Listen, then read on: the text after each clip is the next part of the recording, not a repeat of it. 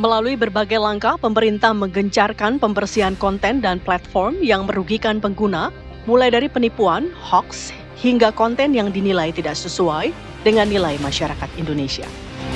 Tidak hanya menindak, Komdigi juga mengajak semua pihak termasuk generasi muda untuk ikut menjaga kebersihan ruang digital dengan cara sederhana, berpikir sebelum membagikan, serta menggunakan teknologi untuk hal bermanfaat.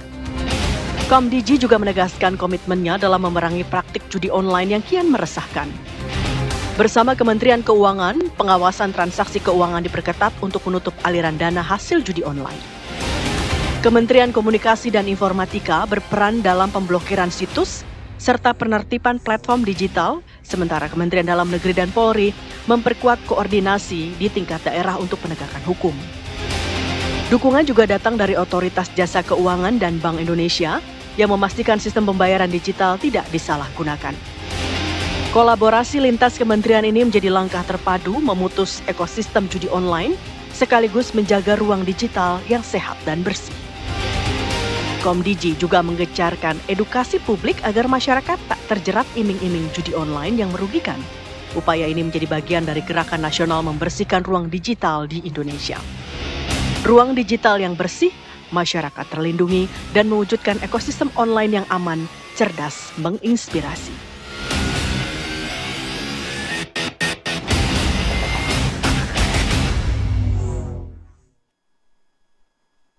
Ya pemirsa, kembali di Apa Kabar Indonesia Pagi. Philip, kalau weekend begini tuh kayak kadang-kadang pusing deh ngelihat anak-anak main gadget. Kan biasanya weekend kita kasih waktu main gadget ya. Tapi ternyata sekarang sudah berkurang kekhawatiran, worry-nya, karena ruang digital kita itu ternyata sudah aman.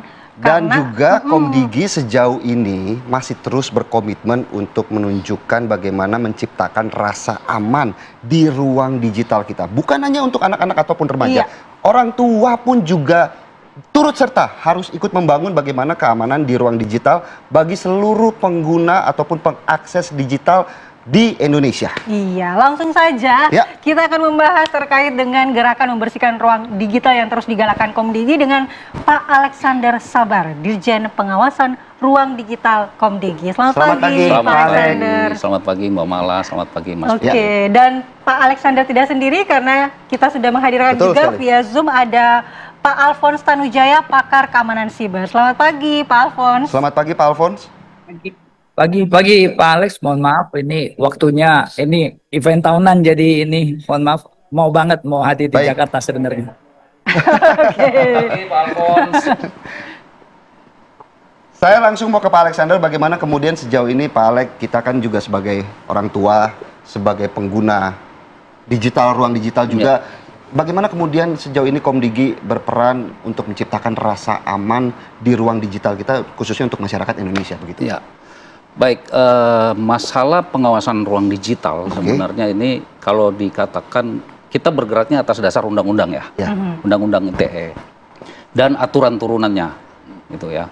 Jadi aturan yang sudah ada ini mengatur sisi pelindungannya, kemudian sisi moderasi kontennya, pengawasannya, take down-nya juga di situ, dan tentunya penegakan hukumnya di situ. Nah, Komdigi tentunya berkomitmen dalam hal ini, misalnya dari sisi pelindungan yang sudah kita lakukan, apa yang terlihat paling terakhir yang sudah kita lakukan adalah regulasi, penguatan regulasi, penerbitan PP Tunas, masalah pelindungan anak di ruang digital. Nah, dari sisi pengawasan terhadap konten misalnya, kita melakukan kegiatan yang kita sebut sebagai patroli siber. Itu kita lakukan 24 jam setiap hari, 7 hari dalam seminggu. Concernnya kepada situs-situs apa saja untuk pengawasan itu? Pengawasan ini seluruh konten negatif. Tetapi lebih kepada yang nampak di depan mata, misalnya yang berada dalam kewenangan Komdigi saat ini adalah situs yang terkait atau konten-konten yang terkait dengan judi online dan pornografi. Kenapa saya mengatakan ini? Karena untuk yang lainnya, konten negatif yang lain, kami harus berkoordinasi dan berkonsultasi dengan kementerian atau lembaga terkaitnya. Misalnya untuk menentukan ada tidaknya tindak pidana, kami harus berkoordinasi dengan aparat penegak hukum. Hoax ya artinya seperti Hoax itu ya. Misalnya.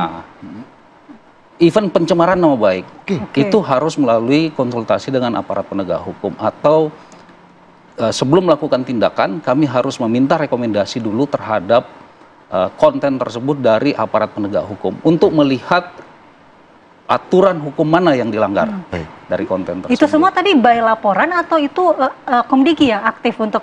Nah, modelnya tadi ada dua paling tidak. Kita proaktif, tadi saya sampaikan, kita melakukan patroli siber 24 jam. Kemudian juga reaktif menanggapi aduan, laporan dari masyarakat maupun dari instansi terkait. Jadi modelnya seperti itu.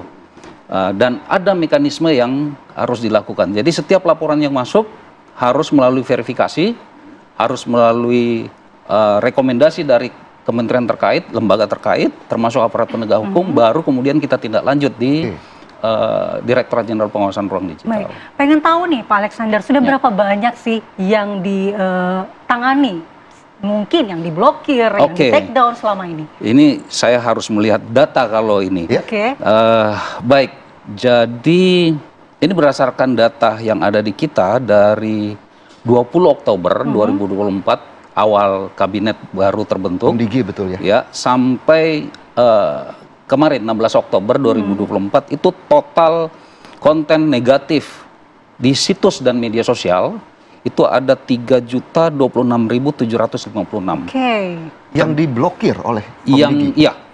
Yang kita tangani semuanya. Artinya di situ bercampur apakah itu juga konten pornografi, judi online dan sebagainya seperti itu? Jadi dari 3 juta sekian itu, perjudian memang menempati yang terbanyak ya, itu 2.355.672 perjudian. Itu konten negatif, konten di media sosial maupun dengan domain.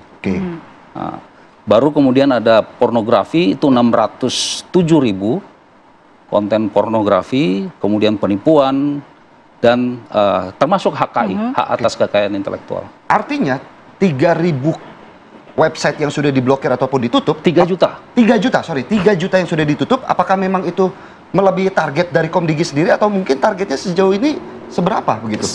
Sejauh ini kalau kita di awal itu ditargetkan memang ini udah melebihi target sih. Udah melebihi target awalnya. Misalnya untuk perjudian kita awalnya ditarget itu 1 juta. Wow, 2 kali lipat artinya? Iya, 2 kali lipat. Kemudian kemarin sempat dinaikkan untuk ditambah beberapa 500.000 gitu. Itu pun masih melebihi lagi gitu kan. Baik. Baik, mungkin kita tanya dulu ke Pak Alphonse Tanujaya bagaimana tanggapannya sebagai pakar keamanan siber. Ini kebijakan dan regulasi yang saat ini sudah dijalankan oleh Komdigi, bagaimana Anda melihatnya? Saat ini Komdigi sudah lebih dari 3 juta nih yang ditangani. Ada yang diblokir, ada yang di take down, itu termasuk judul dan juga pornografi. Kita tidak ukur dari angka ya. Jadi kita tidak ukur dari 100.000, 1 juta, 3 juta. Tapi memang kita lihat nanti di lapangan apakah dampak dari judi online ini meningkat atau menurun. Dan menurut pemantauan kami juga memang kelihatannya terjadi tekanan yang cukup besar terhadap aktivitas judi online ini.